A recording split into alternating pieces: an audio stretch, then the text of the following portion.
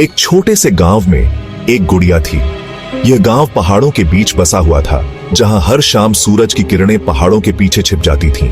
ओकिकू, सुंदर काले बालों वाली, उसकी आंखें इतनी गहरी थीं कि उनमें झांकने पर ऐसा लगता था जैसे कोई रहस्य छुपा हो। एक प्यारी बच्ची किक्कू की यह प्रिय गुड़िया थी। किक्कू और ओकिकू का रिश्ता बहुत खास था। वे दोनों हमेशा साथ रहते थे, जैसे कि वे एक दूसरे के बिना अधूरे हों। किक्कू गुड़िया से बहुत प्यार करती थी, हमेशा साथ रखती थी। वह उसे अपने सभी खेलों में शामिल करती थी और रात को सोते समय भी उसे अपने पास रखती थी। एक दिन किक्कू बहुत बीमार हो गई। उसकी तबीयत अचानक बिगड़ गई और वह बिस्तर से उठ भी नहीं पा रही थी। बुखार ने उसे जकड़ लिया। उसकी हालत दिन ब दिन खराब होती जा रही थी। उसके माता पिता बहुत चिंतित थे। उन्होंने हर संभव इलाज करवाया, लेकिन कुछ भी काम नहीं आया।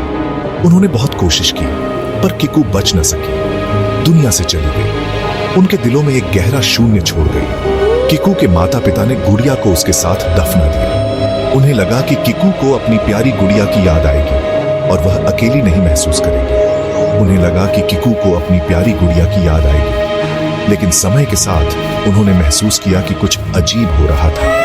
पर कहानी यहीं खत्म नहीं हुई। रात के अंधेरे में जब सब सो जाते थे, तब कुछ रहस्यमयी घटनाएं घटने लगी। कुछ दिन बाद गांव में अजीब घटनाएं होने लगी। लोग कहते थे कि रात के अंधेरे में फुसफुसाहटें सुनाई देती थीं। कभी कभी किसी को परछाइयां दिखती जो अचानक गायब हो जाती।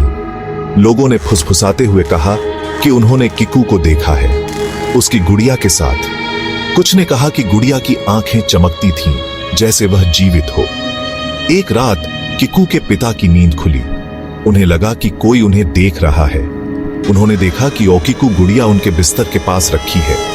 गुड़िया के बाल पहले से भी लंबे हो गए थे। उसके बाल लंबे हो गए थे और उसकी आंखों में एक अजीब सी चमक थी। चेहरे पर एक अजीब सी मुस्कान थी, जैसे वह कुछ कहना चाहती हो। उन्होंने गुड़िया को उठाया और मंदिर ले गए।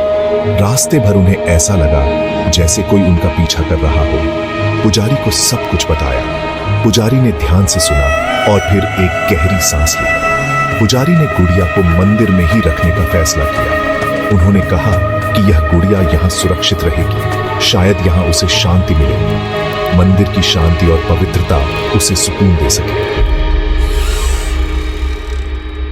पर ओकिकू गुड़िया शांत नहीं हुई। यह गुड़िया एक रहस्यमय और भयानक कहानी का हिस्सा बन गई। मंदिर के पुजारी ने देखा कि उसके बाल बढ़ते रहते हैं।